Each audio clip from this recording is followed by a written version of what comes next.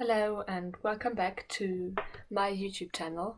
Today I decided to do a special build, one that mimics the Tetris game from above. So as you can see, I'm already laying out different blocks of the Tetris game, and to mark them I decided on different colors, so I can differentiate between the blocks, because otherwise it would be one thing and I would have already forgotten what was what. And I decided that the bottom I wanted to do a big porch, and the house itself would also be blocks, and I also marked them because otherwise I wouldn't have been able to differentiate between them. Even though with the house it would have been easier because there's still the walls inside that fit into the style. And I wanted to have a little bit of a front porch as well, where the door is, so I needed a flat piece, which is why there is the 4x4 block on top. And then I noticed that I used the 40 by 20 lot and it just wasn't quite enough of the porch, and I wanted to make a pool in an L-shaped manner, so I needed to change the porch in the back to fit that pool. And here I'm marking where the pool would go, and I knew that probably the whole front porch I did first wouldn't fit anymore, but sometimes you just have to fiddle with it for a while. Also, I noticed that I didn't quite use all the space from the property, so I did that in that instance. And also I wanted to make sure that it was actually realistic, so none of the lines were fully filled in, because you know that Tetris deletes lines that are fully filled in, so the porch I did before wasn't even possible, really. So of course I needed to remedy that, and I think I'm almost finished with the portion to fill the back porch and of course also the house and make it Tetris-like. And then I moved it up the lot and decided that the rest of the lot would be backyard, and that I filled in a shed in the back, and with that I mimicked the display of the next block that will come in the Tetris game. And then I started with decorating, essentially, and I didn't want to lose the Tetris shapes from up top, so I made sure to use different tiles, so you can actually see what part of the porch it is, which meant a little bit of fiddling so it doesn't look too odd even from the ground, but it is still distinguishable. And as you can see, the long 4x1 block is a light blue, and the block at the bottom, the zigzag block, is a light green or teal. So they aren't very distinguishable, but I think you can see the difference. And of course we see it very easily because we we were here. But then on the top, because there were two of those 3 by 1 and then a block on top next to each other, you can't really distinguish them. So I decided to, for the roof, to do a little bit of fencing, so it's even more distinct. And yeah, that was basically how I did the fencing and the Tetris part of the build, and then I moved on. So I started with landscaping, and I think I cut most of the landscaping out of the video because otherwise it would have been too long.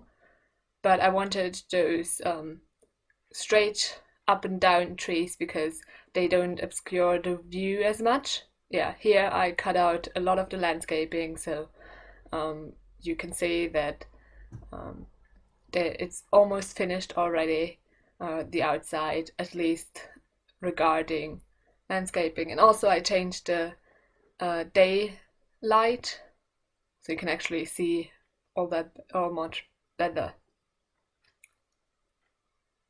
And then of course terrain paint, so it looks a little bit more realistic, especially in those areas where you can clearly see the grass and would expect it to be a little bit used. And then I noticed, well, I could have also put in the hot tub instead of the shed in the bag. But as you can see, the hot tub isn't quite as large, so I decided that the shed would stay, and I wouldn't change it. Yeah, I also did a fountain up front, and I cut most of the fiddling out because it was so long, because I have never done a fountain before. And I decided that this would be a good build because there was just so much weird empty space there. So I thought it would be a good idea to do that there on the front. Yeah, now I'm doing the shed, putting in some things, so workout equipment and the woodworking table, and just like 3 different skilled building items. I always like to put in the painter, the easel, but I think it's not all that realistic to have that in normal homes. So sometimes I think it looks better if it's in a shed. So I did that in this instance. Of course, also the woodworking table is not realistic in the house itself. At least I don't think so. And then I switched the hot tub to be in that back corner because I think it looks really cozy back there and no one's watching. So a hot tub it's good to be back there. Also, if the water splashes out, it doesn't really matter because it's tile there. And then I went inside. I already did the floor plan. I cut that out of the video again because it's so long otherwise. And then I started with laying everything out. So this is the bedroom, and I had that corner for the dresser and the bed in that space. And then I did the same with the living room. I didn't use that couch there, and I just used it as a space filler. So I knew how large the couches were, because sometimes it's difficult to visualize how large they are. And then I wanted to put in an island because it looked so empty otherwise. But also, if I did that, I first did it where the table now is, but then I noticed I don't have a table, so I did it in that corner, as you can see, and then I put the table there. And as you can see, I cut out a lot of fiddling again for the couches in the living room because I couldn't decide what I wanted to do for a long time. So I changed the couches a lot, and I didn't want to bore you with that. So I cut that out. But I think with those couches, they look quite cool, even though they don't look all that cozy because the armrests are made of wood and not covered with any like comfortable material. So I don't think I would lay down there, but I think they just look cool, and the Sims don't complain about the comfort of the couches, so it's fine. And then, as you can see, I put a desk in the bedroom because otherwise it wouldn't really fit anywhere else. I could have put it back to where the behind the couches, where the backyard door is, but there wasn't. I wanted to put a chess table there, and I think the chess table makes more sense in the more public place. As you saw, I put a lot of cubes of material in the kitchen because I thought, well, Tetris is a very cubular or geometric thing, so I thought it would fit well with it. And now you can see how I'm decorating, so I'm putting in the chess table and the bookcase, just filling in the space with furniture and making sure that it fits nicely. And then I noticed I didn't have any wallpaper yet, so I changed that so it fits. And I decided, because I have a lot of blue, but in the couches there is a little bit of yellow, I decided that that would be my main color. And in the bedroom I decided on that dark red, almost purple, because it fit nicely with the wood tones, I think. And also the painting that you see above the desk has a little bit of that color in it. Then I put in windows. I cut that out as well because of the time. And then I started with the curtains because beforehand, of course, I didn't have any windows, so I couldn't put curtains in. But now I did, and the one behind the bed was relatively easy to find, but the other curtains were a little bit harder. But I decided to go with those, I don't know how they're called, bamboo type coverings, and I put them everywhere where they fit nicely. And then I started decorating, first with the bathroom, and I put a lot of plants in that corner because it was so empty. But then later I changed it because I found the tall, skinny cupboard and put it there. But we'll see that in a second. So first I put in the mirror and the towels, and then I changed everything to a bit more black looking, and here you can see how I put in the cupboard. And now the kitchen was the next thing, so I put in the towel there, and then I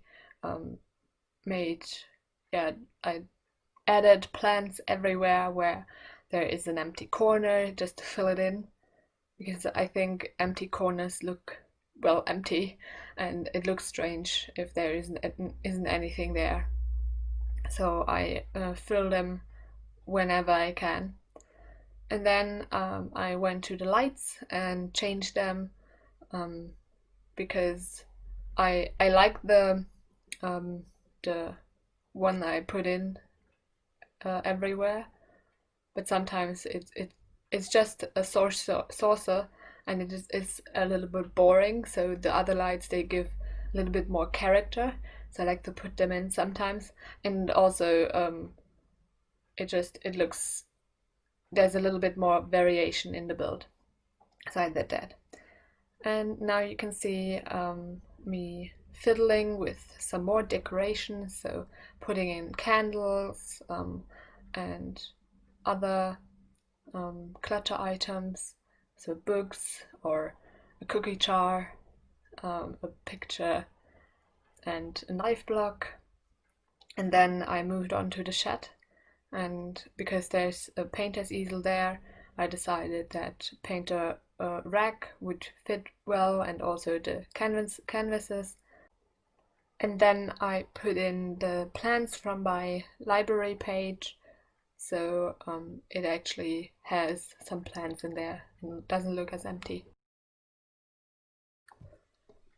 Okay, so this is the end of the video.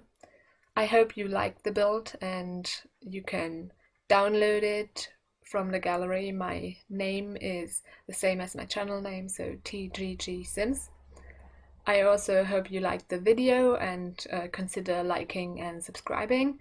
I also hope that you come back for more of my content, and I wish you a very good day.